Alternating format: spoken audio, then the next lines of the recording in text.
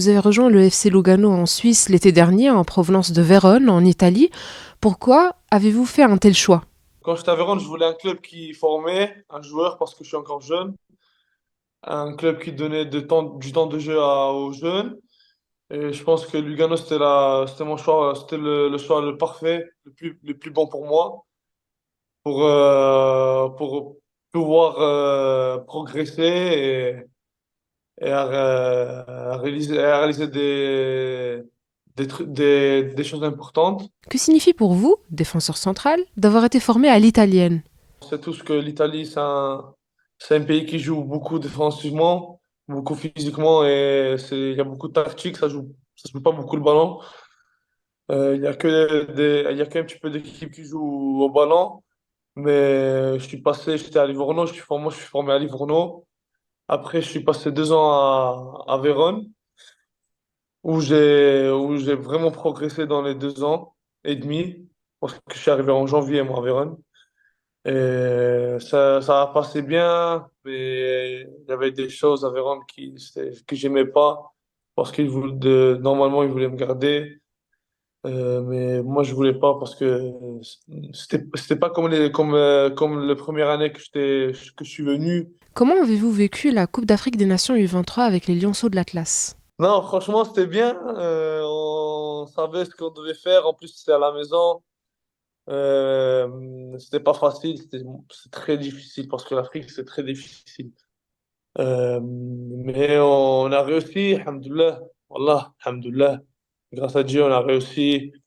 On a remporté la CAN à domicile au Moulay Abdallah devant le Maroc entier.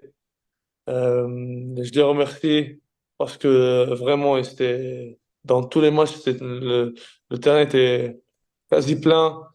Qu'en finale, c'était une dinguerie. Voilà. C'était plein de ouf. Et non, on savait ce qu'on devait faire, le coach était clair, c'est tout parfait pour gagner. Il y avait tout pour gagner. La Fédération royale marocaine, elle nous a donné tout. Je remercie le président Al-Khaja de cette part. Euh, il y avait tout. Quand je te dis, il y avait tout pour gagner, il n'y avait rien. Il y avait tout pour gagner. Comment décrivez-vous le sélectionneur national Aïssam Charaï? Avant d'être un bon coach, pour moi, hein, pour Ayman El Wafi, avant d'être un bon coach, il faut être une bonne personne. Quand tu es une bonne personne, comme Aïssam, après, tu as vu, même les joueurs, ils voient ça. Tous les joueurs, même si un jour il joue pas, ils voient, ça se voyait. Le coach, c'était une bonne personne. Il y avait rien, tu peux lui rien dire. Rien lui dire. Rien. T'as vu, même, j'ai eu des coachs, t'as vu comme ça, ils s'en foutaient des joueurs, ils jouaient qu'avec 13 14 joueurs, les autres. Le coach, 26 joueurs, il parlait avec les 26. Les 26, il parlait avec les 26. Il prenait un par un, il lui parlait. Il disait ça.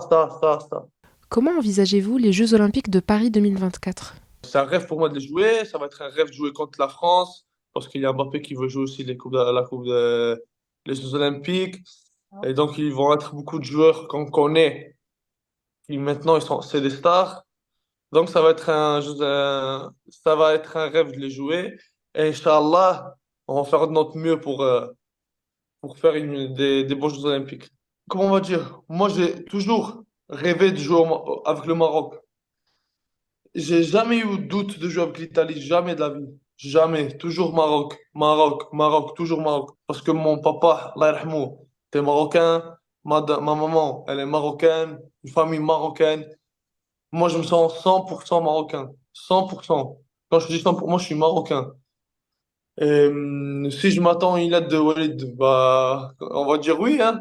Est-ce que vous vous voyez avec les Lions d'Atlas dans un avenir proche? Walid, comme on sait tous, le si Walid Regragui. C'est un coach qui regarde tous les joueurs. S'il convoque, c'est parce que dans le moment, c'est aussi Walid Regragui, il est en train de voir qu'il est en train de progresser. Donc, il le prend avec lui. Et c'est jamais tard pour l'équipe nationale A. Je vais attendre mon moment. Je pense que, Inch'Allah, il va venir.